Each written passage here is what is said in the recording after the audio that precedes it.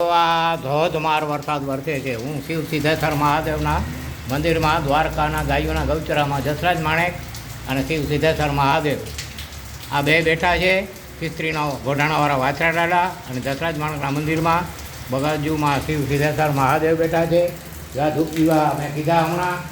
અને સામે દ્વારકાધીશ પણ બેઠા છે. માતા ગૌરીનંદન ગજાનંદ, મહાકાળી, શિવને શક્તિ, માતા અન્નપૂર્ણા, માતા કામધેનુ અને આ શિવજીનું આ જોયું નંગારો જોઈ લ્યો. આ નંગારો વાગે છે અને બીજી બાજુ આ ધોધમાર વરસાદ ચાલુ છે.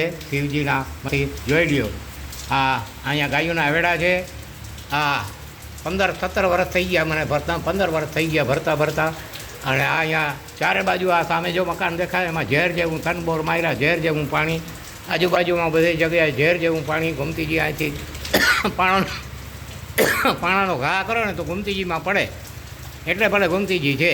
ચારે બાજુ ઝેર જેવું પાણી. અને શિવજીનું જો મંદિરની બાજુમાં ઓલો થાંભલા જેવો દેખાય છે ને, વડ ઝાડ છે ને એની બાજુમાં બોર છે, તો સાવ મીઠું પાણી એકદમ.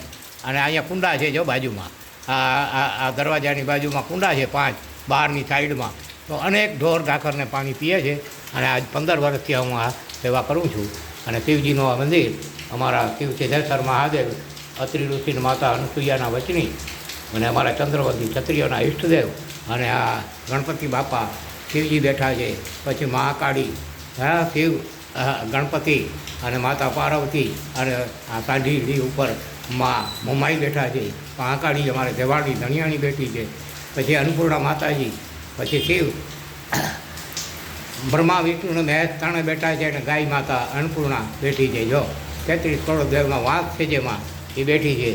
હવે અટાણે પાકિસ્તાનવાળા એને કાપીને ખાય છે, એટલે તો ભૂખ ભેગા થઈ ગયા. આ નંદી અને ગાયોને કાપીને ખાય છે, અલ્લાહની કુરબાની કરે છે. ખોટી વસ્તુ બધી દ્વારકાધીશ અને બાકી ગાય ખુદા ક્યારેય પણ અલ્લાહ ગાયની કુરબાની કબૂલ કરે નહીં. અને આ નંદી મહારાજ જો આ શિવજીના, હવે આ શિવને શક્તિના ગુનેગાર થાય છે, એટલે જ ભૂખ ભેગા થઈ ગયા પાકિસ્તાનવાળા. રોગા નથી થઈ ગયા. અને બધા કન્વર્ટ થયેલા છે, બધા હિન્દુ ક્ષત્રિયોમાંથી થયા છે. એના પૂર્વજો આ બળદોને હાકી ખેતરોમાં અને ધાઈ પેદા કરી, અનાજ પેદા કરીને એ લોકો નભતા હતા. હવે અત્યારે મશીનો થઈ ગયા અને નંદીની જરૂર નથી, એટલે કાપીને માંડ્યા ખાવા. અલ્લાહકો કુરબાની. અરે આવી કુરબાની થોડી હોય. એક બકરાની કુરબાની એ 3 વર્ષમાં એક વાર જ. બાકી કાંઈ કુરબાનીનો થોડો હક છે કોઈને કાપીને ખાઈ જવું. તમારા છોકરાની કુરબાની કેમ આપણે નથી કરતા? ત્યાં તો આપણે બહુ સમજીએ છીએ. આ જીવજંતુની કુરબાનીઓ કરવામાં હાલી નીકળ્યા છે પાકિસ્તાની, સમજ્યા? આના ભારતમાં એવા અમુક છે રોહિયા મુસલમાન આ તેને, બરાબર, બાંગ્લાદેશીને. એટલે જ એ છે ને બાંગ્લાદેશમાં આવું થયું હતું. તો એ તો થયા રાખે એ એના ભોગવે. આપણે શું કરીએ? કરેગા તો ભરેગા. ઓલા કબીરદાસે ઝૂંપડી માંડી તો જ્યાં જાય અહીંયા કસાઈખાનું પડે. એટલે કબીરદાસને વિચાર થયો કે જ્યાં જાઓ અહીંયા ઝૂંપડી બાજુમાં તો કતલખાનું પડે છે. એટલે ઉપરથી અવાજ આવ્યો કે હે કબીરા, કબીર તેરી ઝૂંપડી ગલકટન કે પાસ, કરેગા તો ભરેગા કબીરા તું ક્યું ઉદાસ, તું તારી ભક્તિ કરવા માંડ. તો આ કબીરદાસે પોતાની ભક્તિ મળી કરવા. અને એમ આપણે પણ શું કરીએ હવે? એમાં કાંઈ આપણાથી થાય નહીં. આ ધોધમાર વરસાદ આજે દ્વારકામાં વરસી રહ્યો છે. અને આપણે અહીંયા શિવજીના મંદિરમાં ઊભા છો. ચા તો જાગી ઠંડા જાગો છે. જય દ્વારકાધીશ. આ દોહિત્રો બોલાવે છે, ચા તૈયાર છે.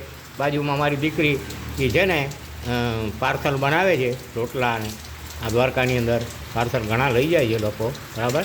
અને બાજુમાં એક દીકરી છે બકાલાનો ધંધો, એના પર સારામાં સારો. અને એક ભત્રીજો છે એનો પાનબીડીની દુકાન, એ પણ સારામાં સારી હાલે છે, રાજેન્દ્રભાઈની. તો આ બધાને આ રોટલા આપે છે દાદો ખિસ્ત્રીવાળોને, જસરાજ માણેક અને ગોઢાણાનો ધણી. તો હું ગોઢાણાનો ધણી બાણાભા માણેક આ વિડીયો ઉતારીને શેર કરું છું. જય દ્વારકાધીશ, જય માં કુળદેવી આશાપુરા, અને જય ખિસ્ત્રીને ગોઢાણાવાળા વાછરા દાદા, જય શિવ સિદ્ધેશ્વર પ્રભુ. ઓમકાર. હર હર મહાદેવ. શિવ હર હર મહાદેવ. શિવ હર હર મહાદેવ. શિવ હર હર મહાદેવ.